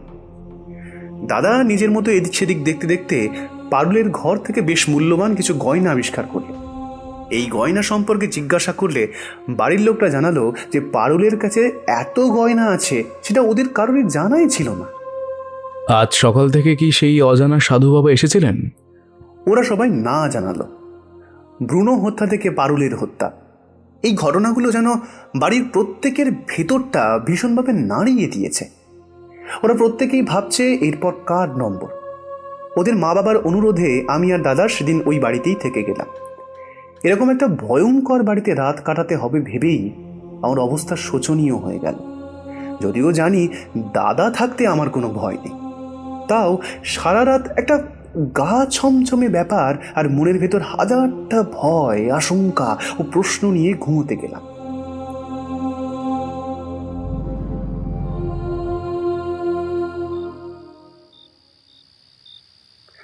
রাত তখন কটা হবে জানি না, হঠাৎ দাদা আমায় নিঃশব্দে নাড়া দিয়ে ডাকলো। কখন ঘুমিয়ে পড়েছিলাম জানি না, ঘুম ভাঙতেই শব্দ পেলাম একটা মেয়ের গলা আনন্দ আনন্দ বলে ডাকছে। দাদা ধীরে পায়ে ঘর ছেড়ে বেরোলো। আমিও গেলাম দাদার পেছন পেছন। বাড়ির দরজা খুলে বাড়ির পাশ দিয়ে যে রাস্তাটা মন্দিরের দিকে যায় সেদিকে গেলাম সন্তর্পণে। চারিদিকে ঘুটঘুটে অন্ধকার। বাড়ির পেছন দিকটায় পৌঁছতেই দেখলাম অন্ধকারের ভেতর দিয়ে একটা ছায়ামূর্তি আমাদের দিকেই আসছে। সেই ছায়ামূর্তির হাতে আলো। দাদা আমার থেকে সামান্য এগিয়ে। সেই ছায়ামূর্তি থেকে আসা ক্ষীণ আলোই অস্পষ্ট দেখলাম দাদা আমায় হাতে দেখিয়ে দাঁড়িয়ে যেতে বলল। দাদাও দাঁড়িয়ে পড়েছে সাবধান হয়ে। ক্রমশ আলোটা আমাদের কাছে আসতেই সামান্য দূর থেকে আওয়াজ পেলাম সেই ছায়ামূর্তি থেকে। পিন্টুবাবু, আপনারা শুনতে পেলেন? ওটা পারুলের গলা ছিল। পারুলের গলায় কেউ এইভাবেই ডাকে ভাইকে। ছায়ামূর্তি আমাদের সামনেই আসতেই দেখলাম ওটা সানন্দা, হাতে মোবাইলের টর্চ। আমি মনে হয় কাউকে দৌড় দিয়ে বেরিয়ে যেতেও দেখলাম। দাদা কোনো উত্তর দিল না, কিছু জিজ্ঞেসও করলো না। সোজা বাড়ির ভেতর ঢুকে শুয়ে পড়ল। দেখলাম ওর চোয়াল শক্ত হয়ে আছে। সারা রাত আর সেরকম কিছু ঘটেনি, তবে অজানা ভয়ে আমি সারাটা রাত জেগেই কাটিয়েছি। সকাল হতে না হতেই আমি আর দাদা এদিক সেদিক তদন্ত করতে বেরোবো ঠিক করলাম। ওদের বাড়ি থেকে বেরোনোর সময় দাদা সরাসরি সানন্দাকে জিজ্ঞেস করলো, আচ্ছা, আপনাদের বাড়ির লোনের ইন্স্যুরেন্স করানো আছে? সানন্দার চোখে মুখে একটা মিষ্টি ভাব সবসময় লক্ষ্য করেছি। সে যখন কাঁদে বা ভয় পায় তখনও অদ্ভুত একটা ধরনের মিষ্টি ভাব যেন লেগে থাকে ওর মুখে। কিন্তু দাদার এই প্রশ্নে সানন্দার মুখ থেকে সেই মিষ্টি ভাব একদম উধাও হয়ে গেল যেন। ভ্রু কুঁচকে সে দাদাকে জবাব দিল, আপনি কি বলতে চাইছেন? যেটা জিজ্ঞেস করলাম সেটা বলুন। সানন্দার মুখের কোনো পরিবর্তন হলো না। সেই আগের মতো রাগী মুখেই জবাব দিল, হ্যাঁ, করানো আছে। কিন্তু আপনার কি মনে হয় আপনি যা ভাবছেন আমি কি তা বুঝতে পারছি না? কিন্তু পিন্টুবাবু, আপনি ভুল ভাবছেন। আমি কি ভাবছি বলুন দেখি আপনি। দেখুন পিন্টুবাবু, আমি একজন ভয়েস ওভার আর্টিস্ট। এর মানে এই নয় যে পারুলের গলা নকল করে বা অন্যান্য গলা নকল করে আমি সবাইকে ভয় দেখাচ্ছি। আপনি ভাবছেন আমি ভয় দেখিয়ে আমার ভাইকে মেরে ফেলতে চাইছি, যাতে ইন্স্যুরেন্সের টাকায় আমার আর লোন শোধ করতে না হয়। শেষের কথাগুলোই সানন্দার গলার শিরাগুলো যেন ফুলে উঠল। দাদা কিছু বলল না, চুপচাপ বেরিয়ে গেল। বাইরে বেরোতেই আমি দাদাকে ধরলাম। কি গো, তুমি কিছু উত্তর দিলে না? ওই মেয়েটা তোমায় ওইভাবে কথা শোনালো? দাদা আমাদেরকে তাকিয়ে নির্লিপ্তভাবে বলল, এখনো কিছুই ধরতে পারিনি রে। সেই সাধু বাবাকে যে কোথায় পাবো কে জানে। এবার চল তো এদিক সেদিক একটু দেখে আসিখন, যদি কিছু পাওয়া যায়। এ গলি সে গলি আমি আর দাদা ঘুরছিলাম। বুঝতে পারছিলাম দাদা সাধু বাবাটির দেখা যদি পাওয়া যায় সেই আশায় ঘুরছে। কিছুক্ষণ এদিক সেদিক হাঁটার পর দাদার কাছে একটা ফোন এলো। দাদা ফোনে কিছুক্ষণ কথা বলে জানালো, যাক, অন্তত একজনের খোঁজ পেলাম যার থেকে ওই বাড়ির সম্পর্কে আরও কিছু তথ্য পাওয়া যাবে। গতকাল ধীরেন ঘোষকে রতনের ছবি পাঠিয়েছিলাম। সোমনাথবাবুর দেওয়া নম্বরে ফোন যাচ্ছিল না, তাই ধীরেনবাবুকে বলেছিলাম রতনের ঠিকানা জানতে পারলে আমায় জানাতে। পুলিশ ওদের সোর্স মারফত ওর খোঁজ দিল। আমরা চললাম রতনের কাছে। রতন অর্থাৎ যে আগে এই বাড়িতে কাজ করত ভূপেন্দ্রনাথের কাছে। রতনের ঠিকানা কাছেই, সেই বাড়ি থেকে প্রায় 4-5টা পাড়া ছাড়ি। রাস্তায় যেতে যেতেই আমরা রতনের দেখা পেয়ে গেলাম। ও এখন যে নতুন বাড়িতে কাজ করে তার পাশের এক ওষুধের দোকান থেকে ওষুধ কিনে দোকানিকে টাকা দিচ্ছিল। দাদা দূর থেকে ওকে চিনতে পেরেছিল। রতনের সামনে গিয়ে দাদা নিজের পরিচয় দিল এবং জানালো কেন সে রতনের সাথে দেখা করতে এসেছে। রতন মাঝ বয়সী, সাধারণ জামা কাপড় পরনে, জামার হাতাগুলো অনেকটা গুটানো, ঢলঢলে প্যান্ট, হাতে একটা মস্ত বড় দেওয়ালের ঘড়ি। কেমন যেন একটা গ্রাম্য ভাব, পোশাকে আশাকে সেই ভাব যেন আরও স্পষ্ট। রতনের সাথে ওর নতুন কাজের বাড়িতে গেলাম আমরা। এই বাড়িটা একটা ঠাকুর বাড়ি। এই এলাকায় বেশিরভাগ বাড়ি পুরনো, এই ঠাকুর বাড়িটাও অনেক পুরনো। দোতলা বাড়ি, বিশাল বড় দালান। বাড়ির অবস্থা খুবই শোচনীয়। দোতলার পেছনের দিকটা পুরো ধসে পড়েছে। সেই ধ্বংসস্তূপের ইটের পাহাড়ে অনায়াসে ওঠানামা করা যায়। বাড়ির বাইরে বিপজ্জনক বাড়ির নোটিশও টাঙানো। এই বাড়ির মালিক একজন বৃদ্ধা, বয়স আন্দাজ 80 বছর। রতন সেই বুড়িমার কাছে ওষুধের প্যাকেটগুলো রেখে বলল, বুড়িমা, এইগুলো আমি পরে বলে দিচ্ছি কখন কোনটা খেতে হবে। আপাতত আমার কিছু লোক এসেছে, আমি পাশের ঘরে নিয়ে গিয়ে কথা বলছি, কেমন? বুড়িমা দুর্বল চোখে আমাদের দেখার চেষ্টা করলেন। আমরা রতনের থাকার ঘরে গেলাম। দাদা জিজ্ঞেস করলো ওই বাড়ি সম্পর্কে। দাদা এটাও জানালো যে গত 2 দিনে ওই বাড়িতে 2টো মৃত্যু হয়েছে। সব শুনে রতন বলল, আমি জানি, খবর পেয়েছি, কিন্তু ওই বাড়ি মুখ হওয়ার সাহস আমার হয়নি। সেই বাড়িতে বহু বছর আমি কাজ করেছি। সেখানে যে কেন এক অজানা শক্তি আছে সেটা আপনারা হয়তো বিশ্বাস করবেন না, কিন্তু আমি জানি। সেই অজানা শক্তিকে কোনোভাবে ভূপেন্দ্রবাবু আটকে রাখতেন। রতন একটু থামলো, তারপর গলার স্বর নামিয়ে এদিক ওদিক তাকিয়ে বলল, আপনাকে একটা কথা বলছি, শুনুন। ভূপেন্দ্রনাথের এক ভাই ছিল, তার কথা শুনেছেন? যিনি বছর 20 আগে হঠাৎ উধাও হয়ে গিয়েছিল। হ্যাঁ, অবনীন্দ্রনাথ। সে ফিরে এসেছে। সে এখন পূর্ণাঙ্গ সাধু। সে নাকি ফিরে এসেছে ওদের সেই বাড়িকে ওই অজানা শক্তির হাত থেকে বাঁচাতে। কোথায় সেই সাধু বাবা? এরপর রতন যা জানালো তাতে আমরা আরও চমকে গেলাম। রতন বলল, সোমনাথ বাবুরা বাড়ি বেচে চলে যাওয়ার মাঝেই আমি এই কাজটা জোগাড় করে নিয়েছি। এই বুড়িমার কেউ নেই, ছেলে জামাই সব বিদেশে। বুড়িমাকে অনেকবার নিয়ে যাবে বলেছে, কিন্তু তিনি এই বাড়ি ছেড়ে যেতে চান না। এই বুড়িমা আমায় আগে থেকেই চিনতেন। মাঝে মাঝে এই পাড়া দিয়ে যাওয়ার সময় আমি ওনাকে অনেকবার দোকান বাজার করে দিয়েছি। তাই ওনার কাছে আসতেই তিনি আমায় কাজে রেখে দিলেন। মাসখানেক আগে হঠাৎ সকালে দেখি এক সাধু বাবা ডাকছেন। দরজা খুলতেই সেই সাধু বাবা আমায় বলেন, কিরে, চিনতে পারছিস? আমি তো চিনতে পারিনি। তারপর নিজের থেকেই জানালেন তিনি ভূপেন্দ্রনাথের ভাই অবনীন্দ্রনাথ। আমি ওনাকে 20 বছর আগে দাড়িগোঁফ ছাড়া এক জোয়ান মানুষ হিসেবে দেখেছি। তাই এত বছর পর ওনাকে দেখে প্রথমে চিনতে পারিনি। গলার আওয়াজও যেন বেশ ভারী হয়েছে। তিনি জানালেন সোমনাথরা বাড়ি বেচে চলে গিয়েছে, তাই ওই বাড়ির সেই অজানা শক্তি সামলানোর কেউ নেই। সেই কারণে তিনি এখানে এসেছেন সেই শক্তির সাথে লড়াই করতে। আমার ঠিকানা কোথা থেকে পেলেন জানতে চাইলে জানালেন তিনি নাকি সব জানেন। বেনারস, হিমালয় সব জায়গা ঘুরে ঘুরে তিনি এমন সব সিদ্ধি লাভ করেছেন যে সবার অতীত ভবিষ্যৎ বলে দিতে পারেন। তারপর তিনি এক অদ্ভুত প্রস্তাব করলেন। বললেন এই ঠাকুর বাড়িতে তিনি থাকতে চান। আমি জানাই যে আমি নিজেই এই বাড়িতে আশ্রয় নিয়ে কাজ করি। তিনি বললেন, বুড়িমাকে জিজ্ঞেস কর, সে আমায় ঠিক থাকতে দেবে। অবাক হয়ে গেলাম। বুড়িমার কথা অবনীন্দ্রনাথের তো জানার কথা নয়। দোটানায় পড়ে ওনাকে নিয়ে গেলাম বুড়িমার কাছে।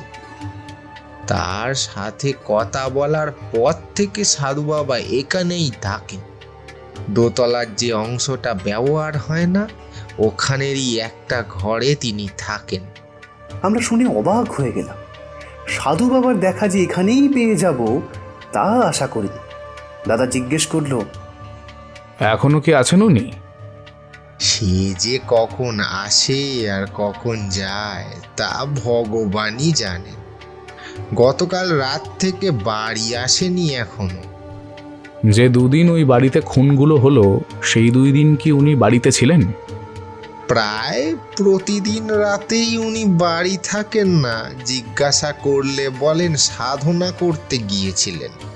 আচ্ছা, ভূপেন্দ্রনাথের কোনো লাল খাতার সম্পর্কে কি আপনি কিছু জানেন? রতন না জানিয়ে দিল। এরপর দাদা নিজের ফোন নাম্বার দিয়ে বলল অবনীন্দ্রনাথ ফিরে এলে তাকে যেন জানানো হয়। রতনের কাছ থেকে আমরা ফিরে এলাম। যদিও ফিরে আসার আগে আমরা অবনীন্দ্রনাথের বর্তমান সেই ঘরটিতে একবার উকি মেরেছিলাম, কিন্তু সেখানে সেরকম কিছুই পাইনি।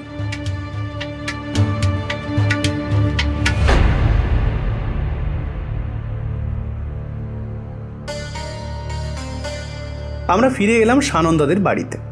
দাদা বলল আজ রাতটাও সে এখানেই থাকতে চায়। এ বাড়ির ওপর থেকে বিপদ এখনো ঘুচে যায়নি।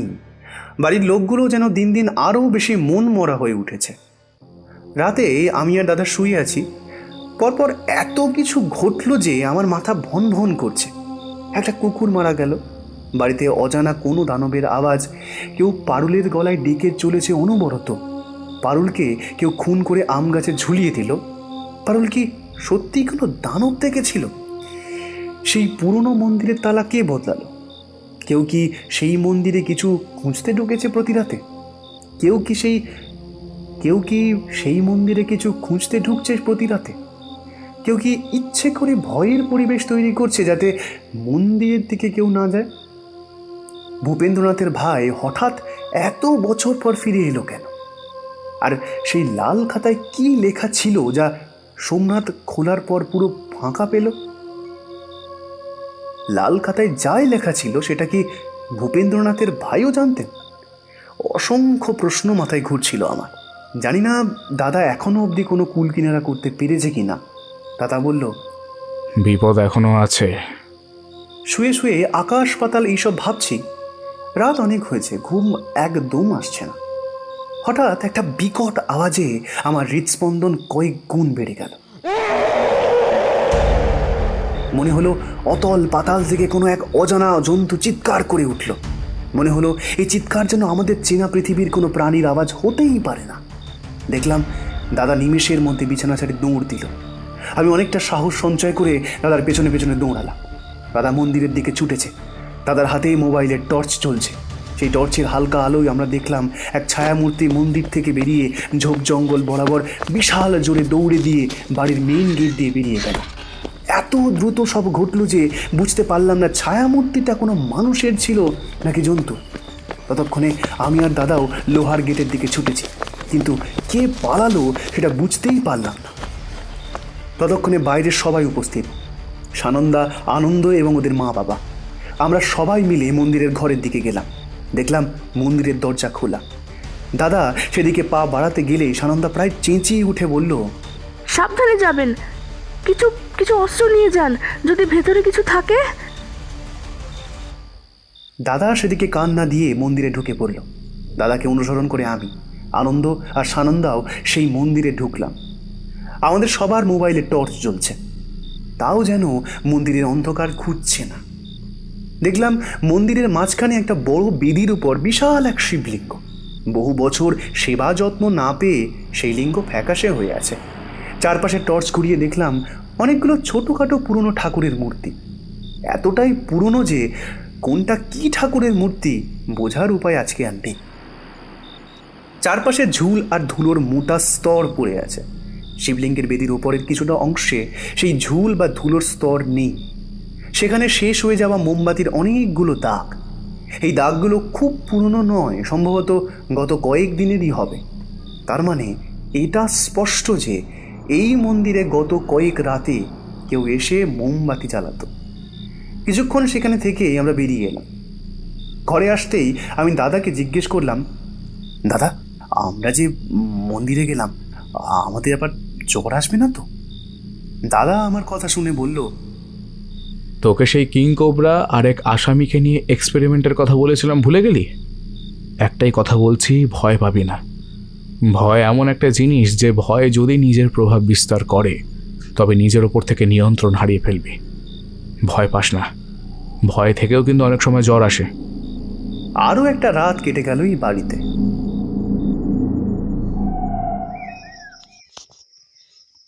সকাল হতে না হতেই দাদা জানালো রতন ফোন করেছিল। সাধু বাবা কাল মাঝরাতে বাড়ি ফিরেছেন, এখনো বাড়িতেই আছেন। আমরা যেন তাড়াতাড়ি যাই। সেই সাধু বাবা যখন তখন বেরিয়ে পড়েন, কোনো ঠিক নেই। আমরা বেরোবো এমন সময় আনন্দ আমাদের কাছে এলো। সে জিজ্ঞেস করলো, পিন্টুবাবু, আপনি কিছু ধরতে পারছেন এইসব যে এত কিছু হচ্ছে? আগে হ্যাঁ, ধরতে পারছি যে এইসব কোনো মানুষেরই কাজ, তবে মানুষটি ঠিক কে সেটা এখনো ধরতে পারিনি। পোস্টমর্টেম রিপোর্ট আসতে এখনো দেরি আছে। তার আগে আমি আমার মতো তদন্ত করছি। আমরা এখন সেই সাধু বাবার কাছেই যাচ্ছি। আনন্দ সে কথা শুনে আমাদের সাথে যেতে চাইল। আমরা তিনজন মিলে গেলাম সেই ঠাকুর বাড়িতে। ঠাকুর বাড়িতে ঢুকে আমরা বুড়িমার কাছে গেলাম। বুড়িমা চোখে ভালো দেখতে পান না। আমাদের দেখে বহু কষ্টে বললেন, রতন বাড়িতে নেই, বাজারের দিকে গেছে, সাধু বাবা উপরে আছেন। আমরা উপরে গেলাম। সাধু বাবা ধ্যানরত অবস্থায় বসে আছেন। আমরা ওনার ঘরের বাইরে আসতেই উনি বন্ধ চোখেই বললেন, মনে হচ্ছে আমার কাছে গোয়েন্দার মতো কেউ এসেছে। লোকটার গলা গম্ভীর, গলা ভর্তি সাদা দাড়ি, মুখ বয়সের কারণে কুঁচকানো, বিশাল একটি ভুঁড়ি, পরনে একটি গেরুয়া হাফ হাতা গোল গলা গেঞ্জি, গলায় রুদ্রাক্ষের মালা আর হাতে নানা রকম সুতো বাঁধা। ধীরে ধীরে চোখ খুলে আমাদের ভিতর আসতে বললেন। আনন্দকে দেখে উনি এক অট্ট হাসি দিয়ে বললেন, তুইও এসেছিস। তোর মনে যে অনুতাপ হয়েছে আমায় তাড়িয়ে দেওয়ার পর, তাতেই আমি তোকে ক্ষমা করে দিয়েছি। জানিস, প্রতি রাতে গিয়ে আমি ওই মন্দির ঘরে পুজো দিই, যাতে ওই অভিশপ্ত বাড়ির সেই দানব শান্ত হয়। দাদা ওনাকে থামিয়ে দিয়ে বলল, তার মানে খুনের রাতগুলো তো আপনি ওখানে ছিলেন? সাধু বাবা দাদাকে গভীর দৃষ্টিতে দেখে বললেন, ছিলাম, কিন্তু খুনগুলো রাতে হয়নি, ভোরের দিকে হয়েছে। আমি সেই মায়াবী দানবকে শান্ত করে আসার পর আমার অনুপস্থিতিতে এই হত্যাগুলো হয়েছে। আপনি জানলেন কি করে?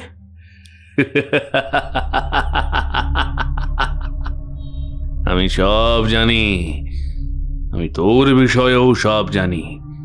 তুই হলি গোয়েন্দা, আর ওই যে তোর পাশে তোর ভাই, খুব নামডাক করছিস, ভবিষ্যতে আরও করবি, কিন্তু এই রহস্যের সমাধান তুই করতে পারবি না। পৃথিবীতে এমন অনেক রহস্য আছে যা অলৌকিক, যার সমাধান আজ পর্যন্ত হয়নি। এই যে দেখ, তোর পাশে দাঁড়িয়ে আছে সদানন্দ। আমরা আনন্দের দিকে তাকালাম। ওর মুখ ফ্যাকাশে। ও সাধু বাবার সামনে গিয়ে বলল, আপনি আমার ভালো নাম সদানন্দ জানলেন কি করে? আমি সব জানি রে।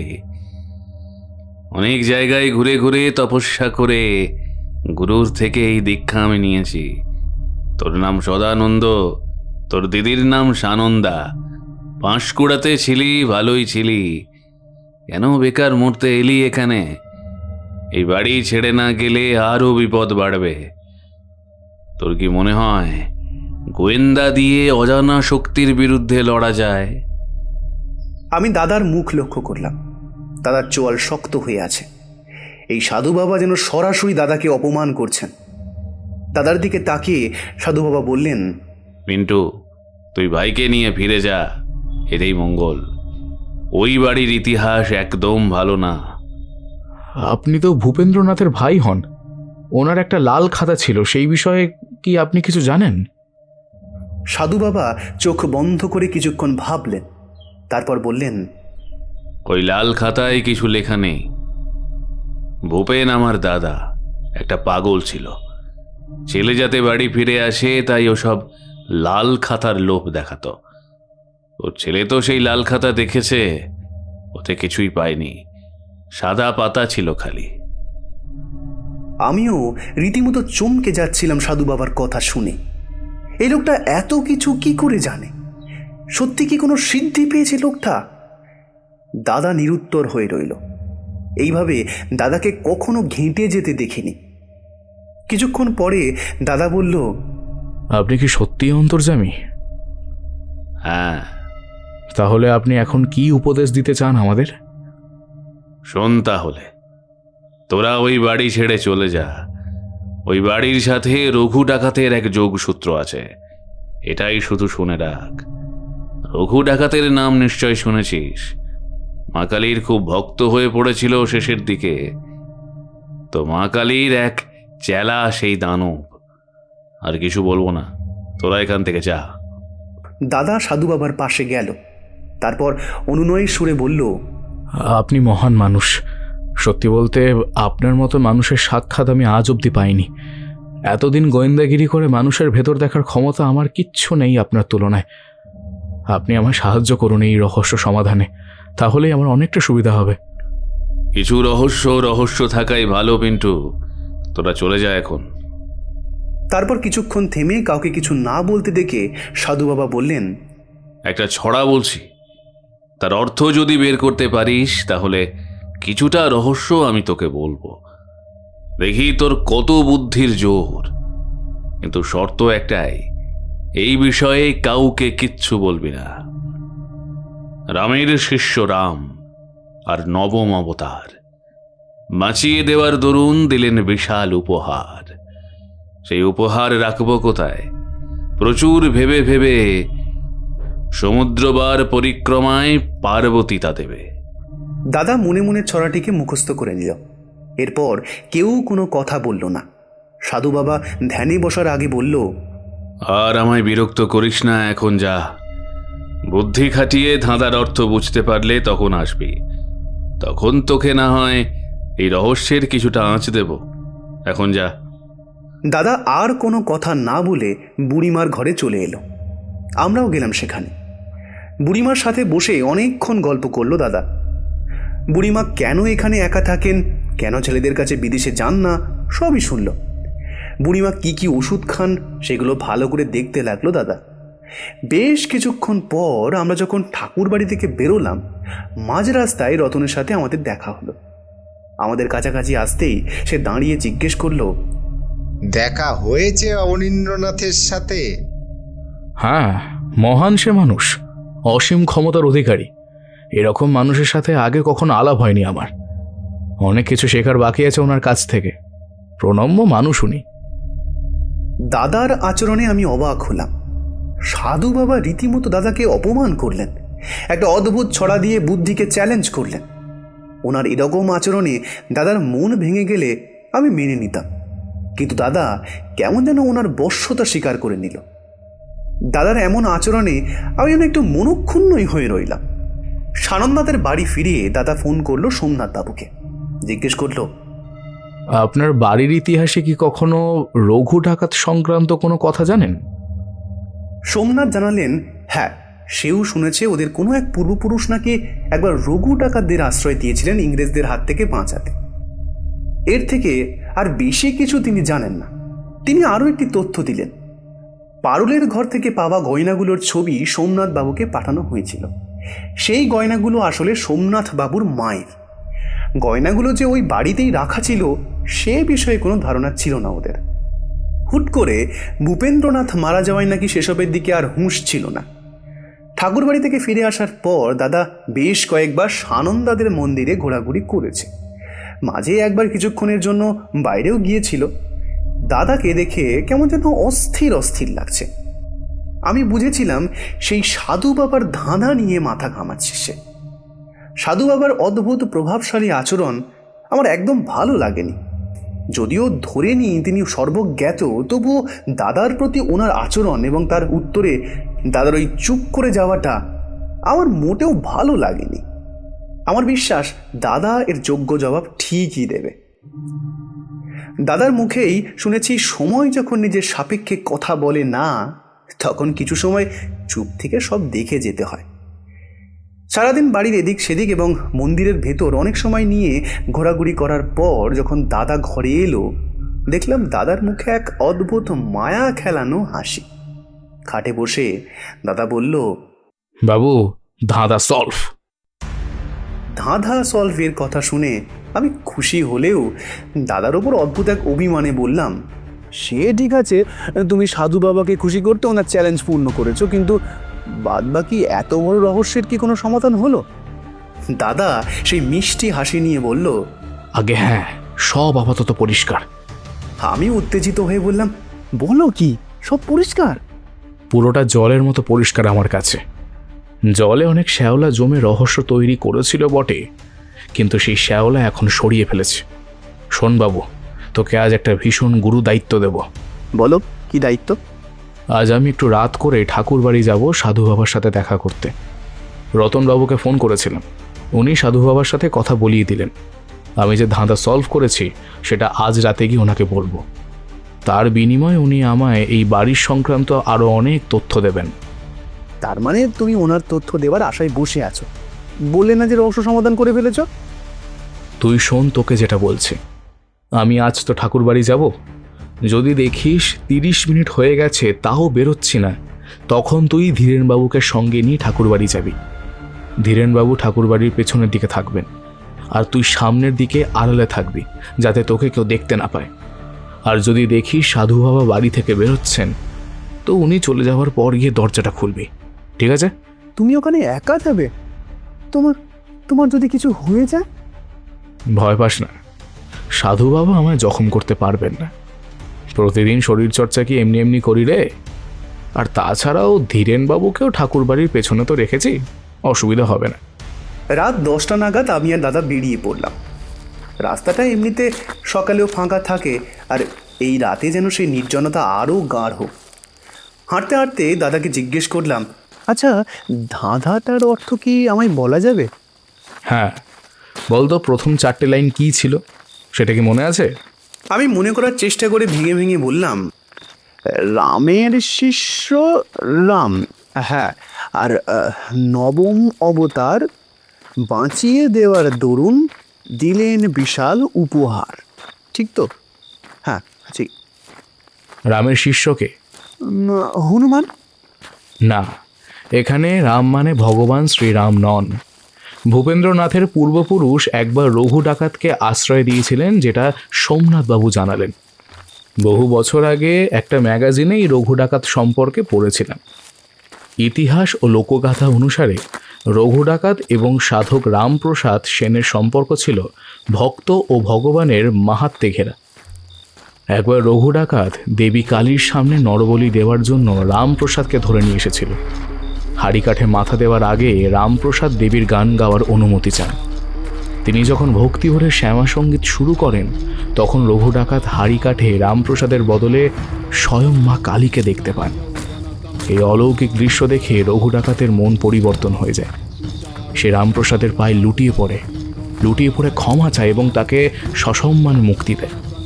পরবর্তীতে রঘু ডাকাত ও তার ভাই বুধ ডাকাত রামপ্রসাদের একনিষ্ঠ ভক্ত হয়ে ওঠে এবং অনেক জায়গায় রামপ্রসাদের স্মৃতিতে কালী পূজাও শুরু করে। তাই ধাঁধায় উল্লেখিত রামের শিষ্য রাম মানে রামপ্রসাদের শিষ্য রঘু ডাকাতের কথা বলা হয়েছে। শ্রীরামের আরেক নাম রঘু, তাই শিষ্য রাম বলতে রঘু ডাকাতকে বোঝানো হয়েছে। আর কবিতায় নবম অবতার মানে কে বলতো? পুরাণ মতে ভগবান বিষ্ণুর নবম অবতার হলেন বুদ্ধ। হ্যাঁ, হ্যাঁ, বুদ্ধ। কিন্তু এখানে বুদ্ধ সেই বুদ্ধ নন। রঘু ডাকাতের ভাইয়ের নাম ছিল বুধ। শোনা যায় অনেকে ওকে বুদ্ধ বলেও ডাকত। অর্থাৎ রঘু ডাকাত এবং তার ভাই বুধকে বাঁচিয়ে দেওয়ার কারণে তারা কিছু উপহার দিয়েছিল।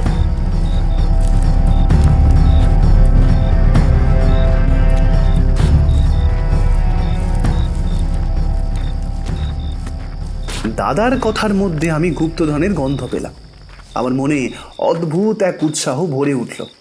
কিন্তু ধাঁধার পরের লাইনগুলো আর জানা হলো না। দাদা দূর থেকে আঙুল দেখিয়ে বলল, এসে গেছি আমরা। তুই এই রকম জায়গায় লুকিয়ে থাকবি আর যেটা বলেছি সেটা মাথায় রাখবি, ঠিক আছে? কথাগুলো বলে দাদা চলে গেল। দেখলাম দাদা ঠাকুর বাড়ির দরজা ঠেলে ভেতরে ঢুকে গেল। দাদা চলে যাওয়ার পর আবছা অন্ধকার পড়াটা যেন আমায় গিলতে এলো। দাদার জন্য চিন্তায় আমার অস্থির লাগতে শুরু করলো। দূর থেকে দেখা ওই ঠাকুর বাড়িটাও যেন অদ্ভুত লাগছিল। জানি না ভেতরে এখন কি হচ্ছে। দাদা কি সাধু বাবাকে সেই গোপন ছড়ার গোপন সূত্রটি বলে দেবে? ওটাতে যে কোনো মূল্যবান সম্পদের হদিশ আছে তা তো বুঝতে পারছি। অবনীন্দ্রনাথও বুদ্ধিমান এবং সর্বজ্ঞ, সেও নিশ্চয় জানে সেই ছড়ার রহস্য। সেই জন্যই কি সে প্রতিদিন রাতে ওখানে গিয়ে সেই লুকানো সম্পদ থেকে কিছু নিতে যেত? নাকি সেটা ঠিক আছে কি না দেখতে প্রতি রাতে মন্দিরে ঘরে ঢুকত? মন্দির ঘরে যে সম্পদ লুকানো আছে সে বিষয়ে আমি নিশ্চিত, কিন্তু বাদ বাকি রহস্যগুলোর কি হবে? সেই দানবীয় চিৎকার, মায়াবী গলার আওয়াজ, ব্রুনোর হত্যা, পারুলের হত্যা সবই তো এখনো ধোঁয়াশার মধ্যে। আর তাছাড়া ভূপেন্দ্রনাথের সেই লাল খাতা, ওটা কি স্রেফ ভূপেন্দ্রনাথের খেয়াল? দাদা বলল ওর কাছে সব পরিষ্কার হয়ে গেছে এবং আরও কিছু তথ্য পেতে সাধু বাবার কাছে গেছে, কিন্তু আমার তো মনে হচ্ছে সাধু বাবার মধ্যেই কোনো গণ্ডগোল আছে। নইলে এত বছর পর সে আবার ফিরে আসতে গেল কেন? এইসব ভাবছি আর বারবার মোবাইল আড়াল করে সময় দেখছি। এমন সময় দেখতে পেলাম সাধু বাবা ঠাকুর বাড়ি থেকে একা বেরোলেন। আমি সজাগ হয়ে গেলাম। সাধু বাবা আমার চোখের আড়ালে চলে গেলে আমি দাদার কথা মতো ইন্সপেক্টর ধীরেন বাবুকে ফোন করলাম। ধীর পায়ে ঠাকুর বাড়ির সামনে গেলাম। ততক্ষণে ধীরেন বাবুও বাড়ির পেছন থেকে রাস্তা ঘুরে সামনে চলে এসেছেন। দুজন মিলে ঠাকুর বাড়িতে ঢুকলাম। অন্ধকার বাড়ি। মোবাইলের টর্চ জ্বালিয়ে সোজা উপরে উঠলাম। মনের ভেতর ভয়, দাদা কেন এখনো বেরোলো না? সিঁড়ি দিয়ে উপরে ওঠার সময় বুড়িমার গলা পেলাম। তিনি ক্ষীণ ও কাঁপা গলায় কে কে বলে ডাকলেন। আমরা সেদিকে কান না দিয়ে সোজা সাধু বাবার ঘরে গেলাম। দরজা বাইরে থেকে বন্ধ করে চলে গেছে সে। দাদা ভেতরে আটকা। দরজা খুলি দেখলাম একটা অল্প পাওয়ারের লাল আলোয় দাদা ঘরের মেঝেতে উপুর হয়ে শুয়ে আছে। ওর হাত পা বাঁধা। মুহূর্তের মধ্যে আমি আর ধীরেনবাবু মিলে দাদার বাঁধন খুলে দিতেই দাদা উঠে বসলো। দাদাকে সজ্ঞানে দেখে আমি ধরে প্রাণ পেলাম। দাদা আমাদের দিকে তাকিয়ে বলল, সাধু বাবাকে বেরোতে দেখেছিস? হ্যাঁ, বেরোতে দেখেছি। দাদা ধীরেনবাবুর দিকে ফিরে বলল, আপনি ওইদিকে লোক রেখেছেন তো? হ্যাঁ, ওইদিকে লোক নজর রাখছে। চলুন তাহলে ধীরে সুস্থে যাওয়া যাক। আমরা সোজা ঠাকুর বাড়ি থেকে বেরিয়ে এলাম। রাস্তায় দাদাকে কিছু জিজ্ঞেস করলাম না। আমি আর ধীরেনবাবু দুজনেই লক্ষ্য করলাম দাদার মুখে চরম উত্তেজনা। দাদা নিজে থেকেই বলল, এখন কিছু না, আগে হাতে নাতে ধরি সাধু বাবাকে, তারপর দেখাবো পিন্টুর বুদ্ধির জোর বেশি নাকি ওর অলৌকিক ক্ষমতার। সানন্দাদের বাড়ির কাছাকাছি আসতেই বুঝলাম একটা কিছু ঘটেছে। বাড়ির বাইরে জনাকতক পুলিশ দাঁড়িয়ে। আমরা সামনে যেতেই দাদা সেই পুলিশগুলোকে জিজ্ঞেস করলো, কেউ কি ধরা পড়লো? হ্যাঁ, মন্দিরে একজন সাধু বাবা ঢুকেছিলেন। একটা ব্যাগে করে কিছু নিয়ে বেরোনোর সময় ওকে আমরা ধরি। আপনার কথা মতো আমরা গা ঢাকা দিয়েছিলাম। এখন সেই সাধু বাবাকে বাড়ির ভেতরে একটা ঘরে আটকে রেখেছি। আমরা সবাই তড়ি ঘড়ি করে সেই ঘরে গেলাম। ঘরে সাধু বাবা একা খাটে বসে আছেন। রাগে চোখ মুখ থেকে যেন তার আগুন বেরোচ্ছে। তার পাশে রাখা একটা চটের ব্যাগ। দাদা সোজা সাধু বাবার কাছে গিয়ে দাঁড়ালো। ঘরের ভেতরে তখন আমরা সবাই ঢুকে গেছি। দাদা কঠিন গলায় রাগী চোখে বলে উঠল, রতন, এবার তোমার সাজসজ্জাগুলো একটু খুলে ফেলো। অবনীন্দ্রনাথ সেজে তুমি যে খেলাটা দেখালে সেটা আর কেউ ধরতে না পারুক, আমি কিন্তু ঠিকই ধরে ফেলেছি। কথাগুলো বলতে বলতেই দাদা ওর আরও কাছে গিয়ে এক টানে দাড়ি ধরে টান দিতেই সেটা খুলে দাদার হাতে চলে এলো। নিমেষে দেখলাম নকল দাড়ি খুলে নেওয়ার পর রতনের মুখ রাগী থেকে হঠাৎ করেই ভয়ে ছেয়ে গেল। সে যে ধরা পড়ে গেছে তা যেন নিজেও বিশ্বাস করতে পারছে না। ওর মুখে বুড়ো সাজার যেন যে সাজ ছিল তা দাড়ি খুলে দেওয়ার কারণে উঠে গিয়ে অদ্ভুত বিকৃত রূপ ধারণ করেছে। হঠাৎ এই চমকের জন্য আমরা কেউই প্রস্তুত ছিলাম না, তাই হাঁ হয়ে যাওয়া ছাড়া আর কিছুই করার নেই আমাদের।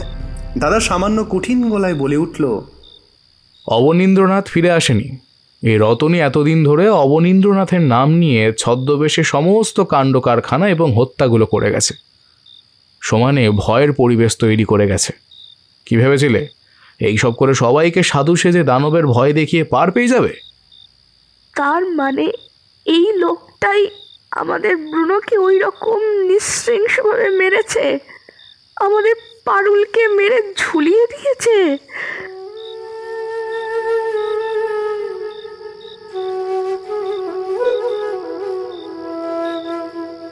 দাদা সানন্দার দিকে ফিরে বলল, হ্যাঁ তাই, পারুলকেও এই রতনই মেরেছে, কিন্তু আপনাদের পারুলও নির্দোষ ছিল না।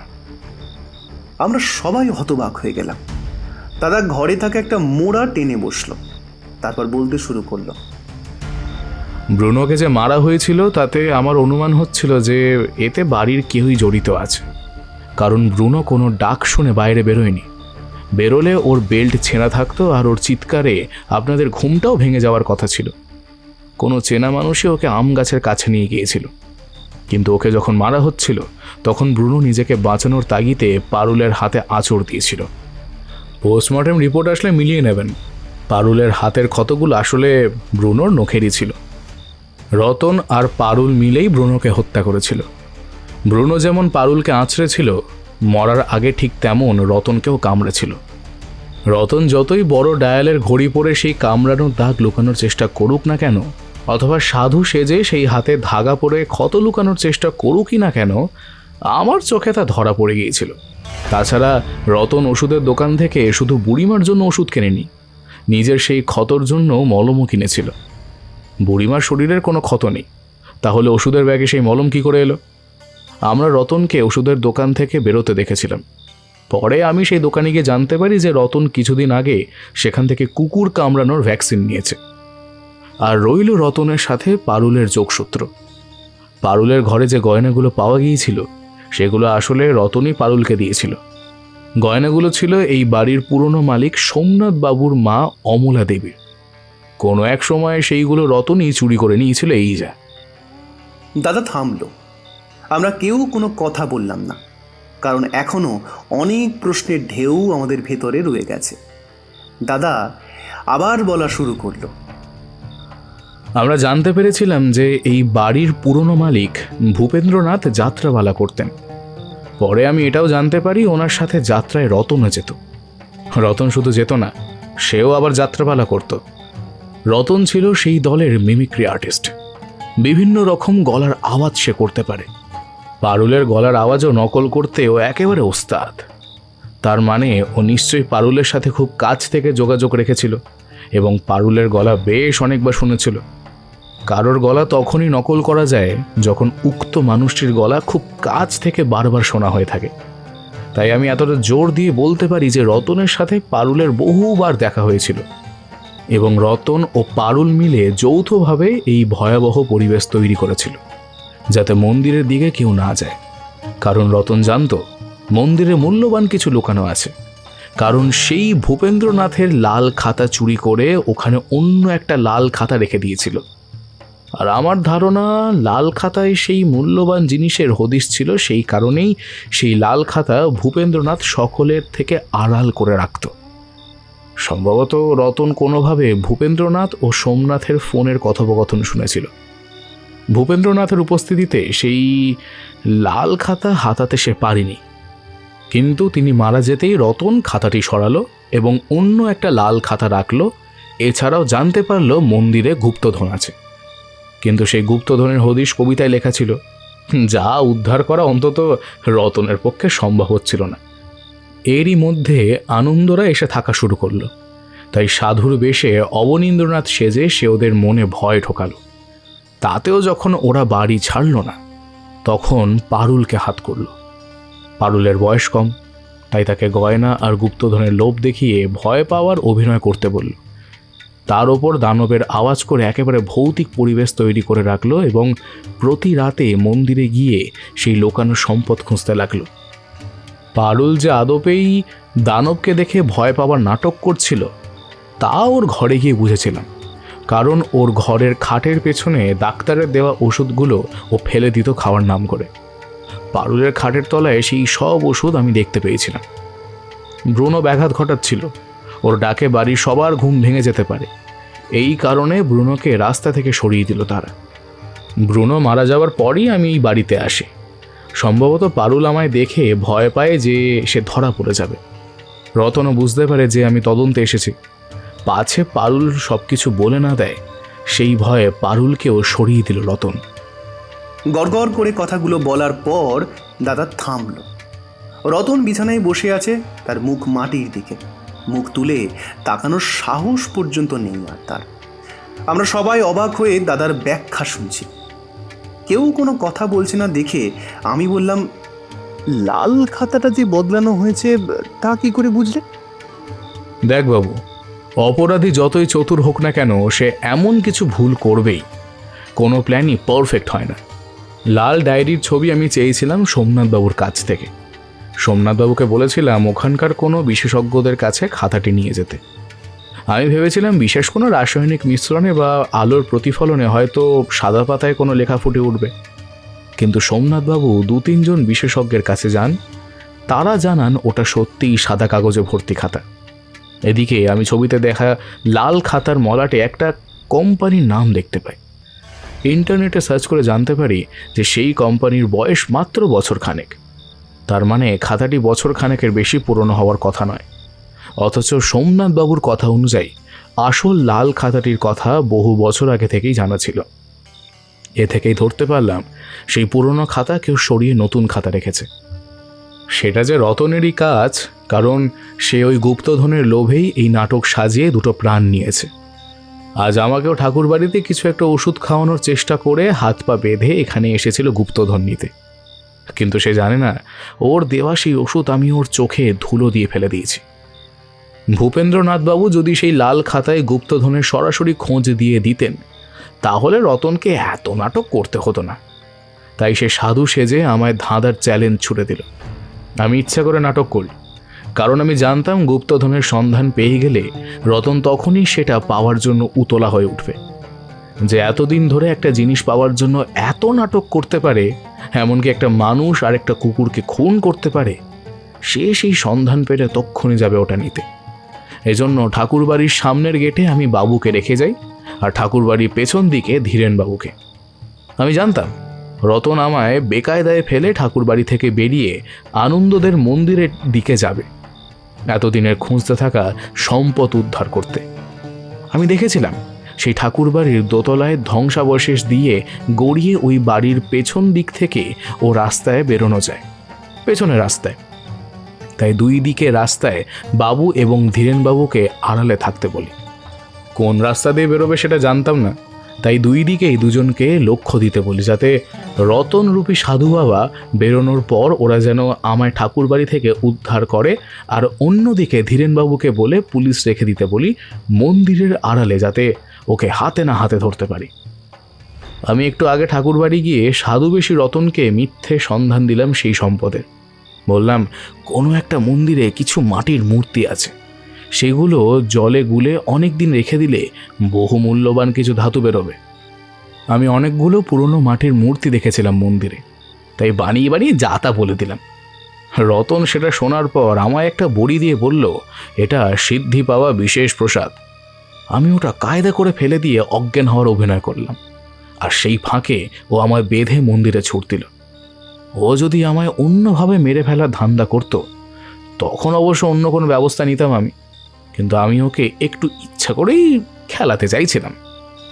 দাদা চটের ব্যাগটার দিকে ইশারা করে বলল, ওটাতে শুধু কয়েকটা মাটির মূর্তি আছে, আর কিচ্ছু নেই।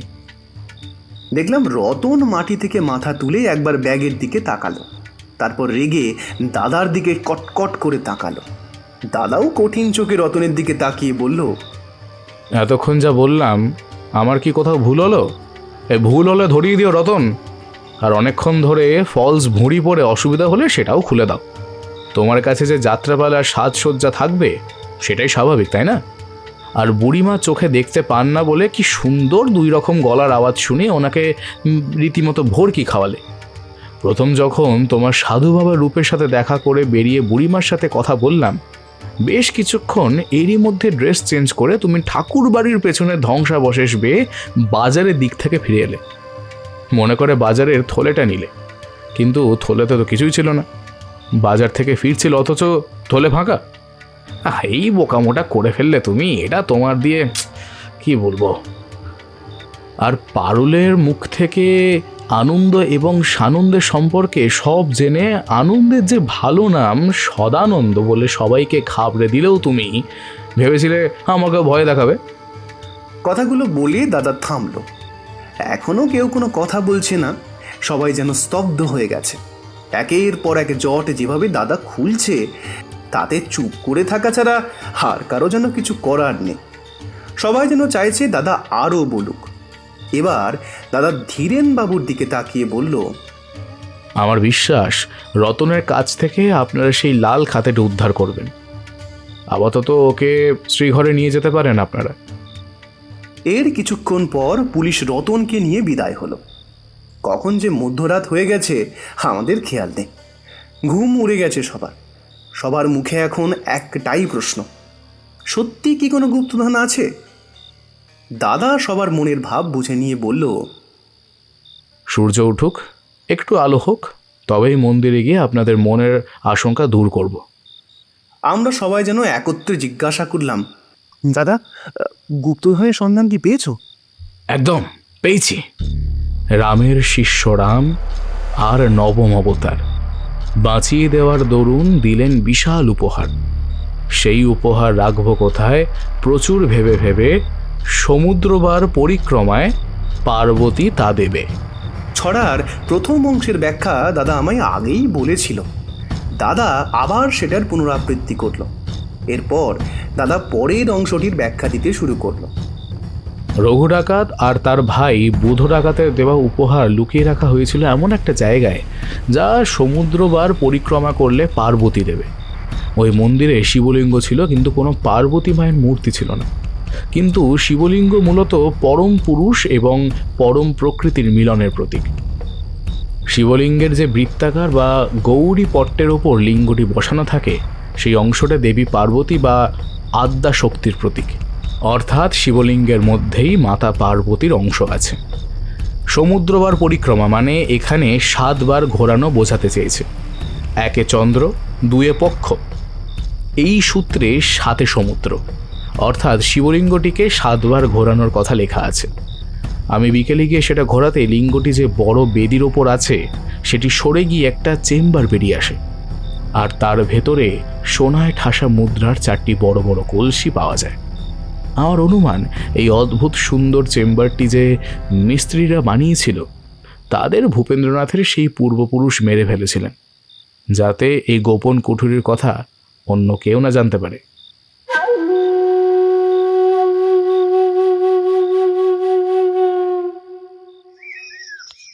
ভোর হওয়ার সাথে সাথে আমরা মন্দিরে ঢুকে সেই গুপ্তধন দেখতে পেলাম, যে রত্ন ভূপেন্দ্রনাথের কোনো এক পূর্বপুরুষ পেয়েছিল রঘু ডাকাত ও তার ভাই বুধ ডাকাতকে আশ্রয় দেওয়ার কারণে।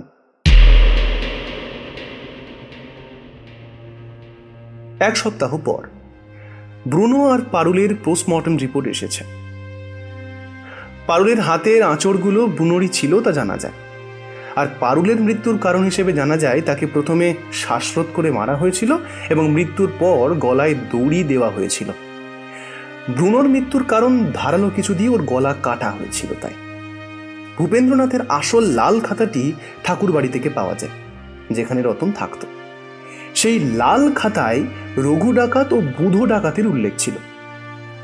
আরও ছিল মন্দির বানানোর পর মিস্ত্রিদের হত্যা করার কথা। ভূপেন্দ্রনাথের এই পূর্বপুরুষ সেই সব মিস্ত্রিদের মেরেছিল যাতে গুপ্ত কুটুরির কথা অন্য কেউ জানতে না পারে, এবং সেই বিশেষ ওষুধের কথা যা শরীরের তাপমাত্রা বাড়িয়ে দেয়, ভূপেন্দ্রনাথ যখনই দেখত যে মন্দিরের দিকে কেউ গেছে তখনই সে ওই ওষুধ খাওয়াতেন, যাতে তারা ভাবে যে মন্দিরে গেলে অভিশপ্ত কিছুর রোষে জ্বর আসে। কারণ তিনি চাইতেন না যে কেউ সেই আসল সত্যটা জানুক। জানলে যদি তাকে কেউ মেরে দিয়ে সব কিছু নিয়ে পালিয়ে যায়, সেই ভয়ে উনি সবসময় মন্দিরের দিকে ভয়ের পরিবেশ তৈরি করে রাখতেন।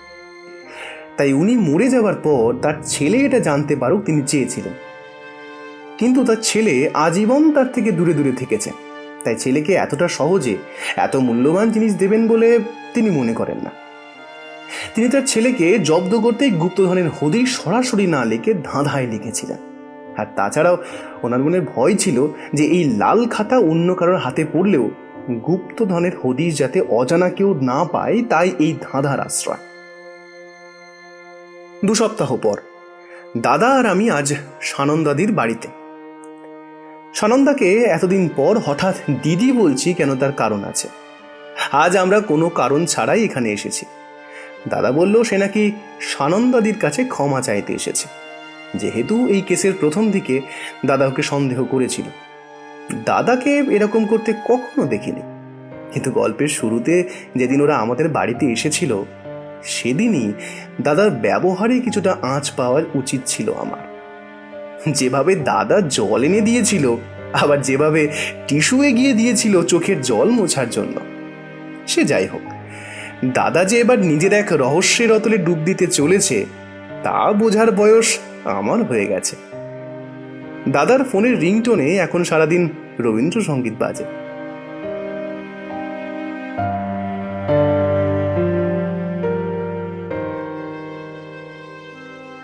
এতক্ষণ শুনছিলে তোমরা লেখক শ্রীযুত গুপ্তার কলমে পিন্টু দ্য সিরিজের প্রথম গল্প অপরাধের বীজ।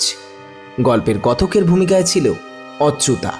গল্পটির অন্যান্য চরিত্রে আছে সৌমিক দাস, সুমনা, অতনু, তনয়, ঋতদীপ। গল্পটির নাট্যরূপ করেছে মৌ। গল্পটির পোস্টার ডিজাইন করেছেন শ্রাবণ্য দে, স্ক্রিবলিং মাইন্ড। ভিডিও গ্রাফিক্স করেছেন চঞ্চল রুইদাস। গল্পটি তোমাদের ভালো লাগলে অবশ্যই একটি লাইক দেবে, সাথে গল্পটির ব্যাপারে তোমাদের মতামত জানাতে একদম ভুলবে না। তোমাদের উৎসাহ পেলে আমার আরও ভালো লাগবে এবং আমরা আরও ভালো ভালো গল্প নিয়ে হাজির হব। আজকের মতো বিদায় নিলাম। ততক্ষণের জন্য শুনতে থাকো ফিকশন হরর স্টোরিজ চ্যানেলের গল্প। ফিরে আসবো পরবর্তী কোনো গল্পে।